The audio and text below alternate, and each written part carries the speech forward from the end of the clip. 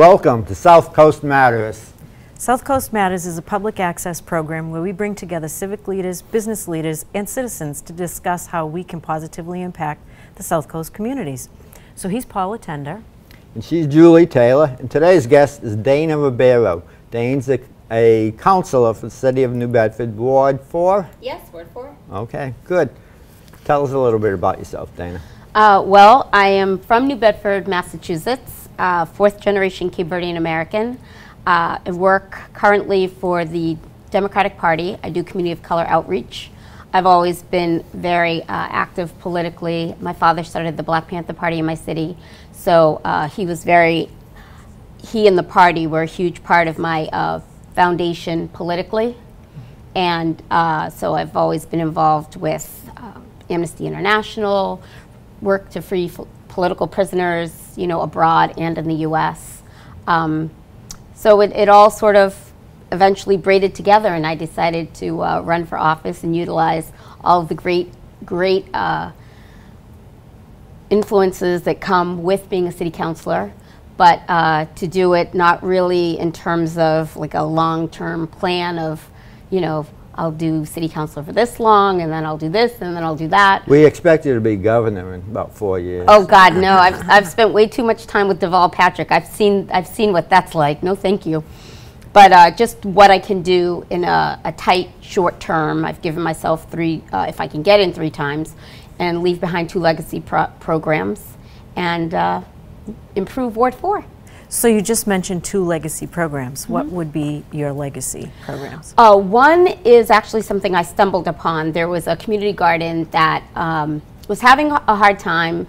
The women that ran it didn't really have good resources, and they both, one owns a business, the other was taking care of her ailing mother. So the garden is something for them to do to sort of de-stress, but because of the intensity of their lives, they don't really have the time to do all the hustling to get money. Creating more stress than it was right. alleviating. And coupled with some of the people that were hanging out there, there was a sort of a sentiment in the city that maybe it would be best if the garden was closed. But I knocked on neighbors' doors, found out that they actually did not want that to happen. They felt if the garden had more resources and could become a viable garden, that it would take the element that was there would no longer want to be there because there would be people gardening. So I reached out to farmers in Dartmouth, Dan King, who works for the Y, and John Arruda, and they were excellent. They gave, I mean, thousands and thousands of dollars by way of free resources and also consulting on the best way to grow. And the women were able to grow so much that they donated between 800 and 900 pounds of organic vegetables to seniors in Ward 4. 30% of the seniors in our city suffer from malnutrition.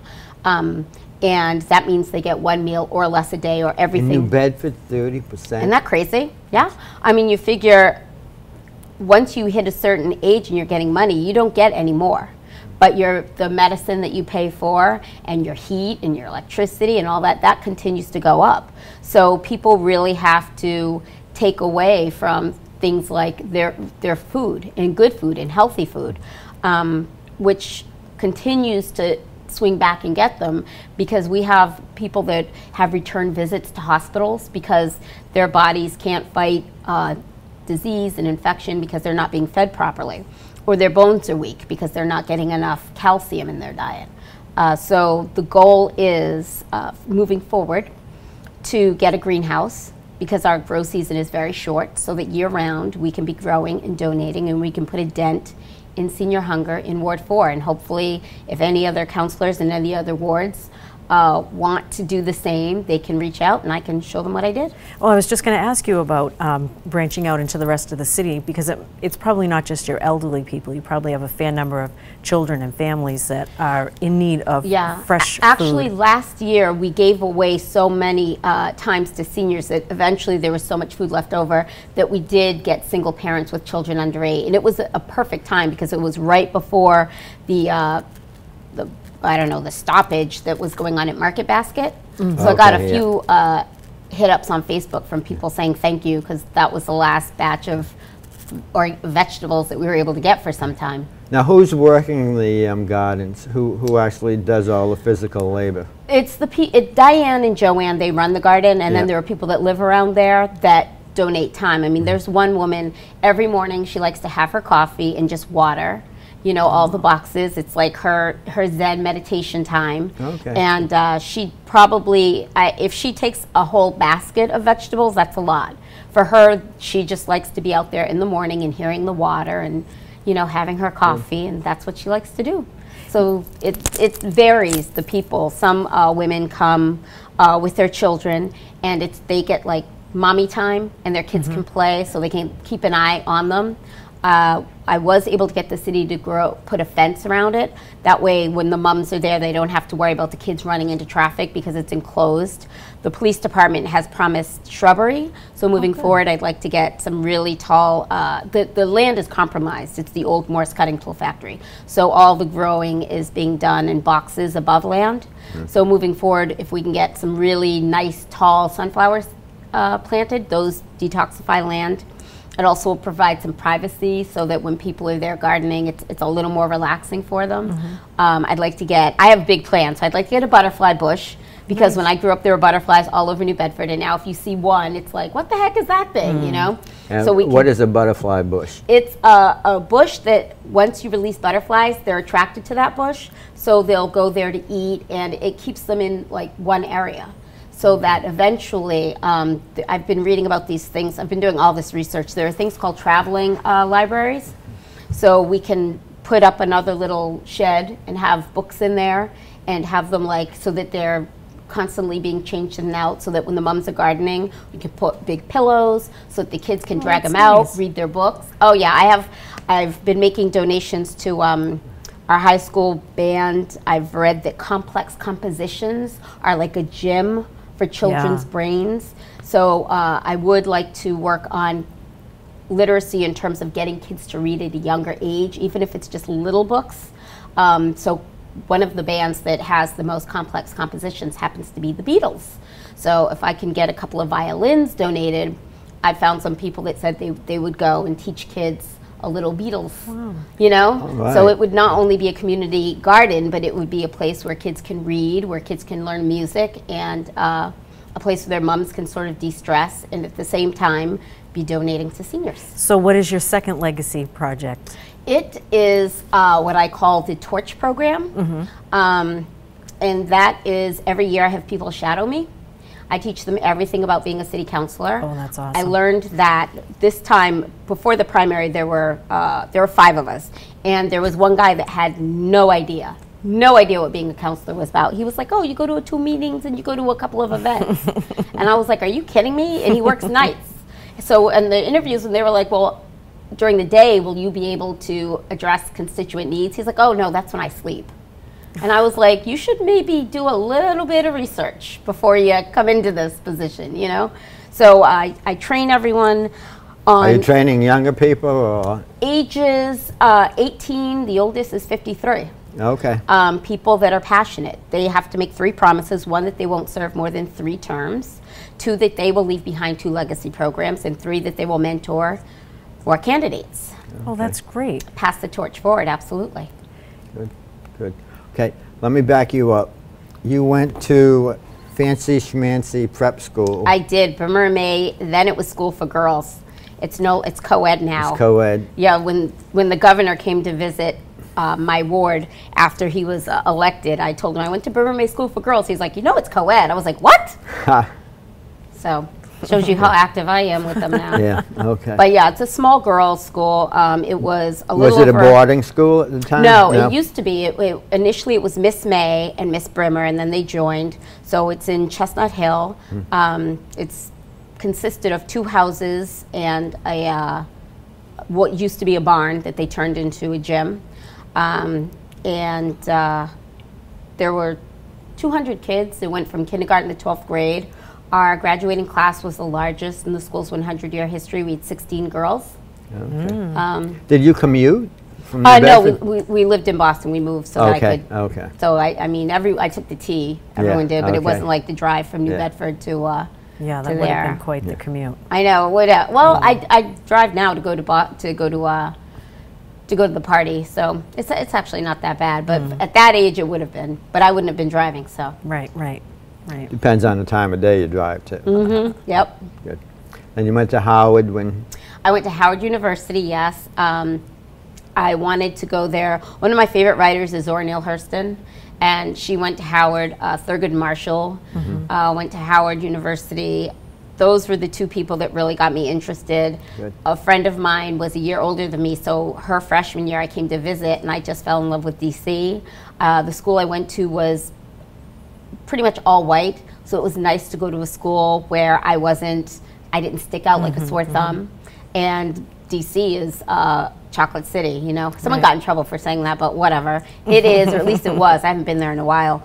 And it was cool, like to go, and everybody that does everything is black. The chief of police, black. The mayor, black. At that point, it was Mayor Marion Barry, who then, as they say in the hood, caught a charge and had to do some time. But when he got out, he became mayor again. I learned a great deal about constituent services from Mayor Barry, actually, the importance of it. Right. So it was cool to be in a city where I looked around and it's like everyone that's doing everything looks like me, so what else can I do? Good. But now, New Bedford isn't necessarily like that, because I was looking at your election commission website trying to get a feel for what the makeup of the city was, and it seems like it's overwhelmingly white. It is. I think we have a growing Latino population, but many are undocumented. Also with Cape Verdeans, you get murky because some don't want to say they're African, they want to say they're Portuguese. Right. So that dilutes some of the numbers. But yeah, I would guess, and this is like nothing scientific, 18% is of color. It could be more, it could be 22. But yeah, it is. How about your award? Are you, is that? It's oh my God, I love my ward. It is, I mean, I lived in New York, I lived in LA. I love to be around tons of different people. You know, I get bored if everything's the same. You're right downtown, right? It's a part of it's downtown. It goes to the south end, all the way to Rivet. So now you're dealing with a huge Latino population, many of which are undocumented. And there are some great restaurants that are actually owned, Spanish restaurants that are owned by Latinos, and you go and I get to practice my Spanish. It's great. You go to Common Park, a huge Lebanese population, huge. There was a man there, he was like the godfather of the Lebanese, very good friends with my father.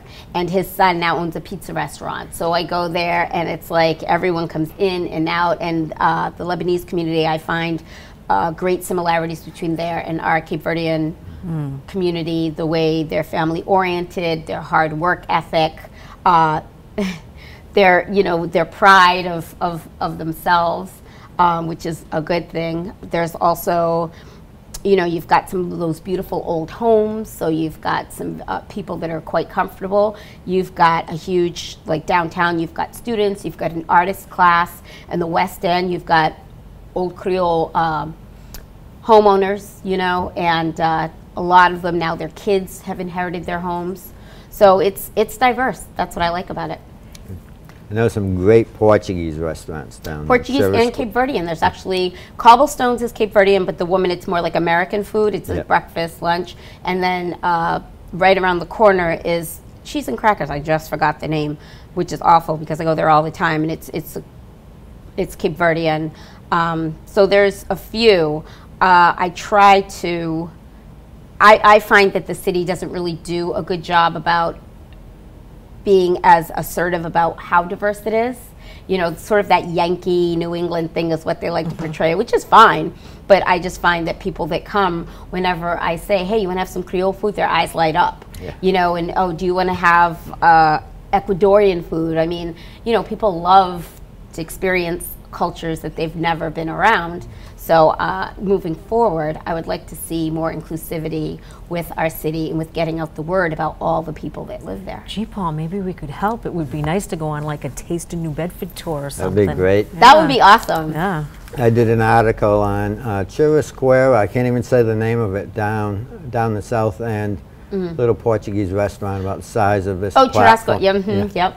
Fabulous. Yeah, it's like huge. You get like so much food. I haven't been there, but I've heard about it. $6 and you get more food than crazy amount. Health food too, all starch. Oh, starch and protein. Yeah, everything comes with like French fries and rice. That's very Portuguese. Delicious. Yeah. So one of the things Paul was telling me that you were interested in doing was getting the minority population more involved in voting and promoting their. Right. So how would you go about doing that? Because it seems like voter turnout in general is pretty low. It was in New Bedford. 7.89%. Yeah. It was Yeah. horrible. Yeah. I mean, that It really. was what? 7.89%. That was low. In your district? In the entire city, for the entire city. Yeah. I think that goes hand in hand with what I do with the party. The party has always been one to extend hands to everyone and say, you're a Democrat, let's work. And moving forward, we definitely want to continue that.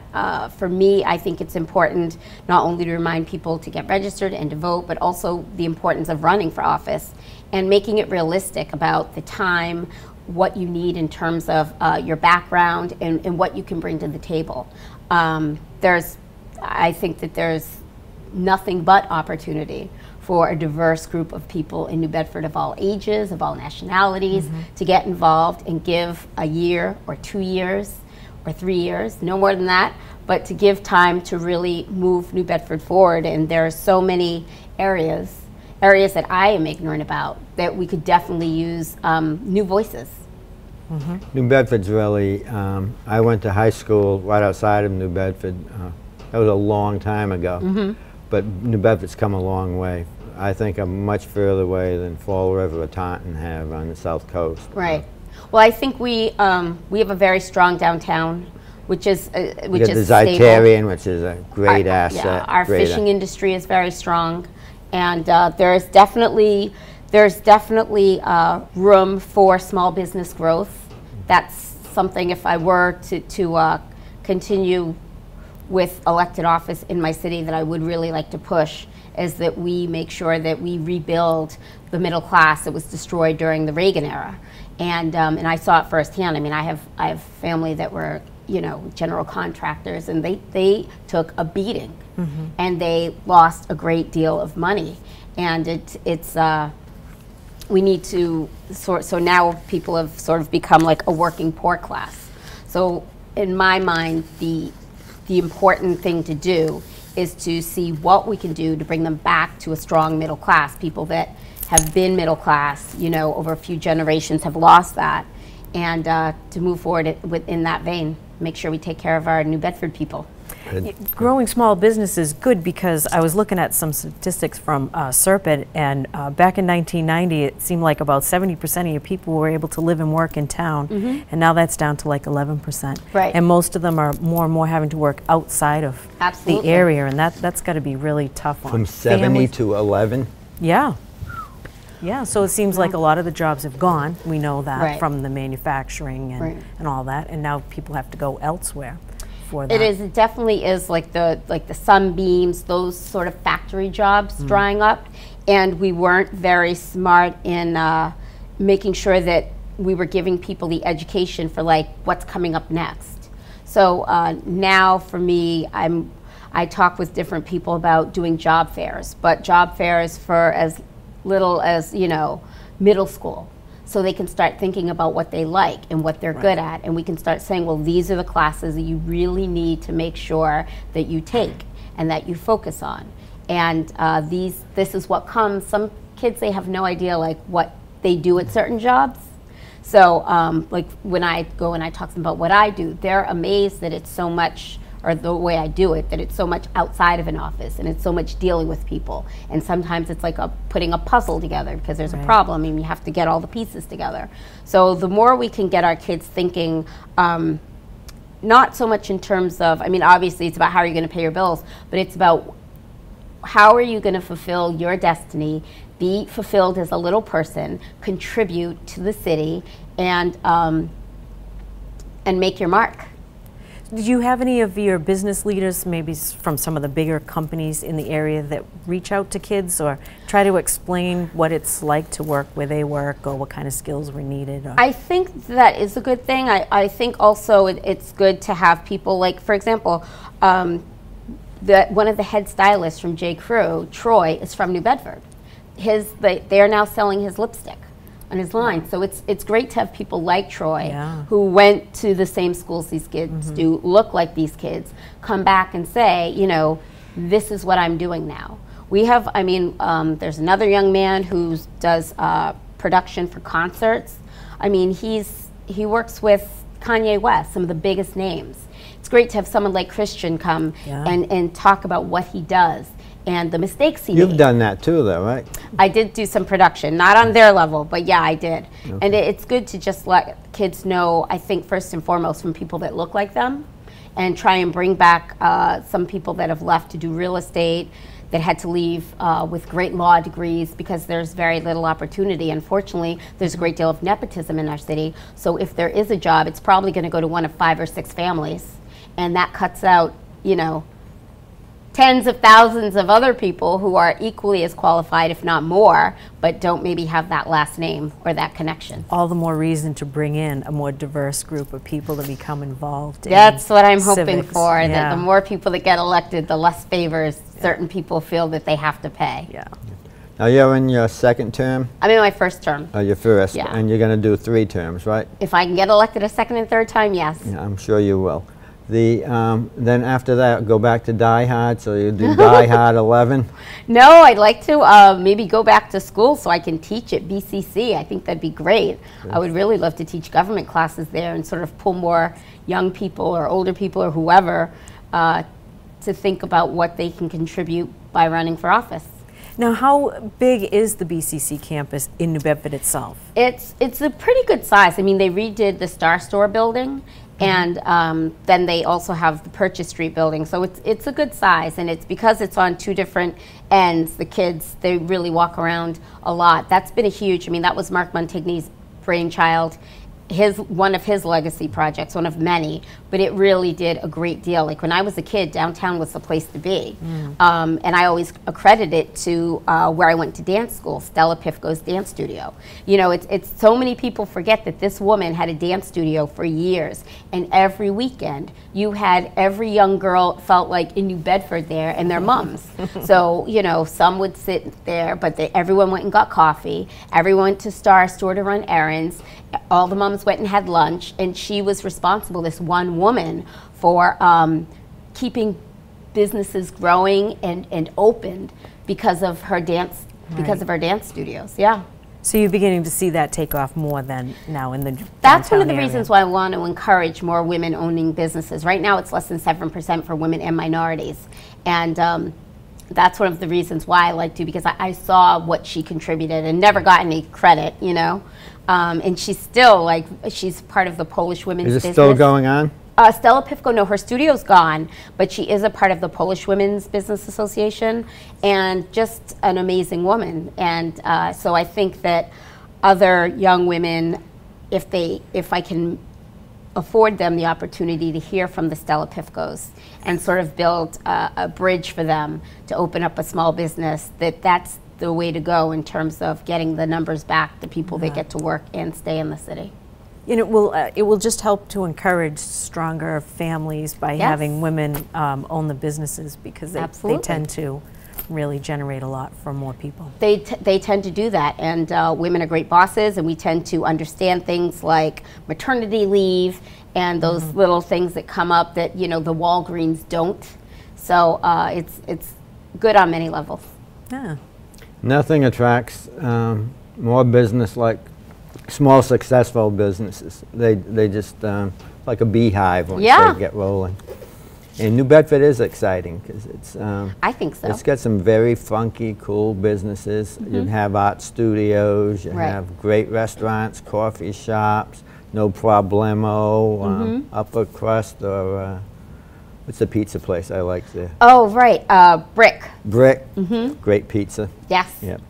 How about any festivals or anything exciting coming up in the next couple of months that people might be interested in? We just had our Chowder Fest. I know, like, the big thing, because I'm on the Cape Verdean Recognition Week, so we do our parade every year, and that's July, because our independence from Portugal was 5th, 6th, and 7th of July, so that's normally around the time we do our parade. And since the city doesn't do like a 4th of July parade, we generously invite them to celebrate independence with us, and they do. Good. So, but I think what is coming up, because it's starting to get winter-y. Yeah. So we just missed the Working Waterfront Festival. That was great. That was awesome this year. It was really big. We have AHA, which is the second Thursday of every month. Art, History, and Architecture. It's a different theme every month, and that goes year-round.